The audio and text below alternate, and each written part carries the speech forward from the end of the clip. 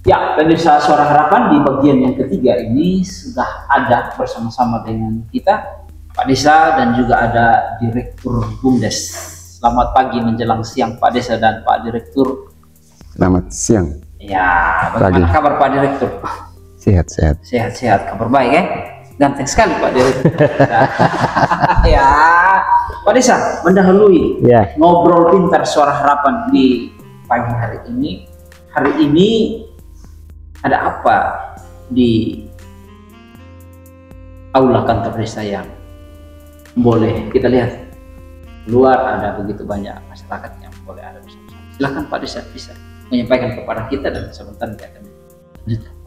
Ya, baik, mungkin hari ini kita ada agenda untuk laporan pertanggungjawaban BUMDes tahun 2024. Jadi hari ini kita ada bersama dengan BUMDes dan masyarakat, semua stakeholder desa untuk BUMDes bisa menyampaikan apa yang telah dikerjakan selama tahun 2024. Ini menjadi agenda rutin bahwa setelah selesai tahun anggaran maka harus wajib hukumnya sesuai dengan regulasi yang ada, BUMDes menyampaikan laporannya dalam forum musyawarah desa. Oke, keren sekali. Jadi khususnya di desa kita setiap tahun itu ada jadwal yang telah diagendakan untuk memberi kesempatan kepada teman-teman di BUMDes untuk mempresentasikan hasil kerja selama 1 tahun, ya kurang lebih seperti itu. Pak Desa, izin sebelum kita ke Direktur BUMDes, berapa sih penyertaan modal yang telah diintervensi kepada badan usaha milik desa yang ada di desa kita ini? Ya baik, kalau untuk penyertaan modal, kita penyertaan modalnya semenjak yang pertama tahun 2016 itu sebesar 100 juta. 2016 100 juta, lalu 2019 150 juta, 150 juta, ya, okay. Dan 2020 itu 75 juta. Jadi total yang sudah 325 juta. Itu dikelola oleh teman-teman di BUMDes. Di BUMDes. Oke. Ya, pemirsa, kita telah mendengar ada penyertaan modal dari desa untuk badan usaha milik desa. Nama BUMDesnya apa dulu? Cahaya Pitai. Cahaya Pitai. Ya, semua ke depan Pitai bercahaya. Oke, Pak Direktur, kita telah mendengar sedikit paparan yang disampaikan oleh Pak Desa bahwa ada dukungan dari desa untuk teman-teman yang ada di badan usaha milik desa Cahaya Pitai. Boleh tahu di BUMDes ini bergerak di bidang apa saja sih Pak Direktur? Jadi baik, terima kasih. Nama dulu ya. Nama saya Erik Pian. Oh, Pak Erik Pian ya. Jadi kami ada pengurus inti 3 orang. 3 orang. Nah, Bapak Bendara, Bapak Yeski Alsura, dan Sekretaris Sadakmi. Jadi kami tongkat estafet kami mulai bekerja itu 2022 pertengahan. Oh iya, ya. Mulai bekerja di 2022. Karena ada pengurus sebelum. Oh, ada revitalisasi. Ya, ada sedikit merombak struktur. Karena memang ini masa jabatannya masa jabatan sudah habis. Jadi dia akan pemilihan baru untuk pengurusnya. Oke, silakan Pak. Jadi baik, itu usaha yang kita jalani itu ada 2 yang aktif. Yang pertama itu penyewaan. Jadi kami punya, untuk saat ini kami punya 10 tenda penyewaan sewa tenda dan kursi. Ya. Terus ada 400 lebih kursi dan lagi berjalan masyarakat menikmati hasilnya, karena kalau memang usaha itu tidak ada ya pasti masyarakat agak susah untuk acara duka dan acara-acara lain. Dia berjalan ya Mbak, kondisinya semua juga bagus. Itu dong masyarakat melalui badan usaha milik desa. Contohnya kalau kematian di sini itu 1 tenda aja 75.000 di korting oleh BUMDes. Wajib ya, BUMDes punya wajib untuk dan membantu, 1 per lembar 75.000. sampai pakai sampai 3 hari 75.000. Jadi kalau misalkan 10 dipakai 1 hari berarti sudah ada 750 masuk ke BUMDes. BUMDes. Kalau seandainya kalau tidak ada usaha itu, maka masyarakat harus ambil dari ini 125. Dari luar desa. Berarti badan usaha milik desa ini membantu masyarakat, apalagi ekonomi yang kita lihat agak sedikit melemah di akhir-akhir ini. Maka itu yang menjadi motivasi ketemu pengurus untuk tetap jaga apa yang telah artinya aset-aset dari pemerintah dalam hal ini ada di BUMDes, kita tetap jaga untuk dia berkembang. Boleh tahu sih, sebelum kita masuk pada usaha yang kedua, itu keuntungannya seperti apa sampai dengan saat ini? Jadi kalau setiap tahun itu, kalau dari penyewaan itu dia sekitar belasan juta. Belasan juta? Dia sekitar 20 juta, tetapi biaya operasional seperti tenaga kerja, terus transportasi, karena kami tidak ada transportasi. Oh iya. Jadi kita ke depan bisa diagendakan, dijadwalkan. Ya kalau bisa ada akomodasi transportasi itu. Oh jadi ada puluhan juta ya? Omset. Jadi sekitar kalau bersihnya sekitar 10 sampai 11 juta untuk setiap tahun. Itu sudah di luar dari teman-teman punya.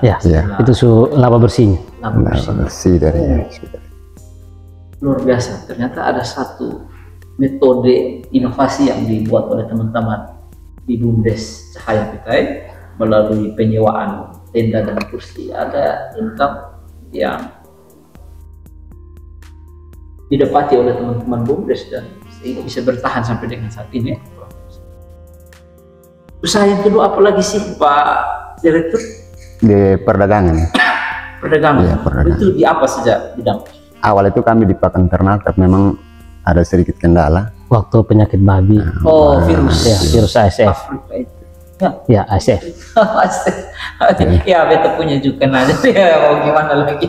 Oh gitu. Kami pindah ke pembelian kayu karena memang di sini masyarakat banyak punya pohon kayu jati. Jadi kami kalau masyarakat mau butuh uang menjual, kami beli, nanti baru di offer ke pengusaha lagi. Pihak ketiga lagi. Pihak ketiga. Kami tidak kelola, dia hanya beli pohon sebentar offer kembali pohon. Karena memang di Pitai ini potensinya memang kayu jati paling banyak ya. Sekitar hutan itu sekitar 70% jati dan itu milik masyarakat. Itu seperti apa perputaran keuangan? Ya itu artinya kita menunggu kalau pengusaha ini beli berarti kita offer. Jadi di tahun kemarin 2024 itu bersih sekitar 4.600.000. Keuntungan? Ya keuntungan, itu sudah keuntungan bersih. Luar biasa. Jalan. Oke, itu usaha yang kedua bergerak di bidang perdagangan, di mana ketika masyarakat membutuhkan kebutuhan uang dalam menjual jati, mereka punya pohon jati diambil alih oleh teman-teman yang ada di BUMDes, tentu sesuai dengan harga yang tidak menekan pengusaha, tidak menekan petani jati para saudara-saudara masyarakat yang punya jati, tentu harga itu disesuaikan sehingga mereka juga bisa dapat menikmati, dan setelah itu di offer ke pihak ketiga dalam hal ini pengusaha, kurang lebih seperti. Dan bisa kita mendengar ada keuntungan yang didapati lumayan 4 juta, tidak kerja apa-apa, hanya putar inovasi, putar otak saja, dan akhirnya dua usaha itu telah disampaikan oleh Direktur BUMDes selama metode pelayanan di tahun-tahun yang telah berjalan. Nah, di Pak Desa bersama Pak Direktur, ini ada instruksi baru loh. Ya, dari dana desa itu wajib untuk ketahanan pangan 20%, dan kemarin itu diminta oleh Pak Bupati untuk dilibatkan teman-teman Karang Taruna bersama dengan BUMDes, bersama dengan perintah untuk bagaimana bisa meningkatkan ketahanan. Seperti apa sih konsep yang nantinya besok atau lusa akan dibangun? Terlebih dahulu oleh Pak Desa.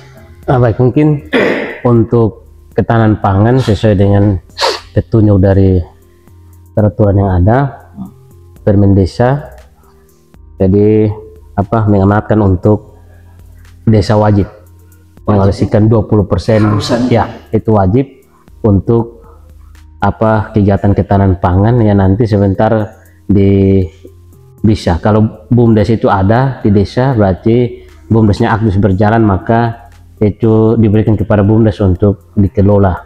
Kalau memang BUMDesnya ada tapi tidak berjalan, tidak aktif, maka bisa ada koperasi di desa atau lembaga yang lain yang ada di desa, lalu TPK. Kalau tidak ada itu dua, berarti TPK ketahanan pangan.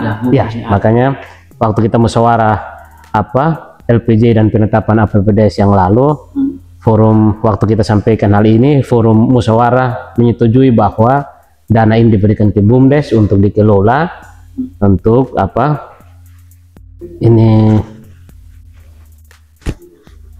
nanti BUMDes membuat perencanaan tematik desa, kita mau buat apa untuk dana itu, dan akan dibawa lagi di musyawarah desa. Jadi nanti hari ini kita secara garis besar rencananya seperti apa akan disampaikan, dan nanti akan ada lagi satu musyawarah untuk kita menetapkan itu.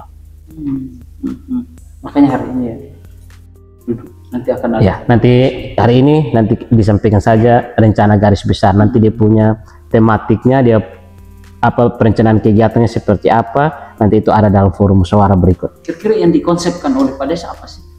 Ya, dalam bincang-bincang lepas bersama dengan pengurus BUMDes, beberapa tokoh masyarakat, ada PPD, kita coba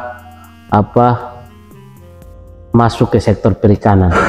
Sektor perikanan karena memang potensi. Ya itu juga salah satu potensi, jadi kita coba masuk tahun ini karena amanat undang-undang kan setiap tahun 20% itu setiap tahun. Jadi ya tahun pertama itu kita coba masuk di sektor perikanan. Kita coba menggali sektor perikanan, potensi yang ada di sini untuk bisa dikelola. Jadi seperti itu. Pak Desa sudah memaparkan bahwa lokus ke depan itu adalah bergerak di bidang. Respon dari teman-teman BUMDes seperti apa sih? Siap tidak? Atau mungkin ya merasa berat dan silakan. Jadi baik, terima kasih. Mungkin seperti tadi yang Bapak Desa bilang, kita sudah bincang-bincang walaupun tidak dalam musyawarah atau forum di bawah musyawarah. Jadi memang kami juga berpikir bahwa agak berat kan kelola dana besar. Dana yang besar, karena itu pemerintah kasih bukan kepada pengurus untuk menikmati, tetapi harus bagaimana mengembangkan itu, mengembangkan untuk kepentingan masyarakat. Jadi kami juga kalau kemarin itu aturannya seperti itu, ya terpaksa kami harus siap menerima, dan kami juga punya konsep perikanan. Di sini ada bagang tancap, ada juga pukat. Nah itu nanti kami perikanan di kelautan. Di kelautan. Karena memang ada masyarakat itu, mereka ada pengalaman di situ, dia bagan tancap itu, tetapi karena ketika waktu Seroja itu langsung hancur modal. Jadi yang berkat Tuhan lah kembali untuk. Ada beberapa masyarakat, Bapak Desa dan Bapak BPD arahkan kita kalau bisa ke perikanan. Tapi tentu nanti kita harus bersetahun musyawarah. Kunci. Penentuan itu ada di musyawarah. Karena di kita ini ada dua potensi yang bagi saya sebagai pengurus BUMDes itu, ada perikanan, ada juga peternakan.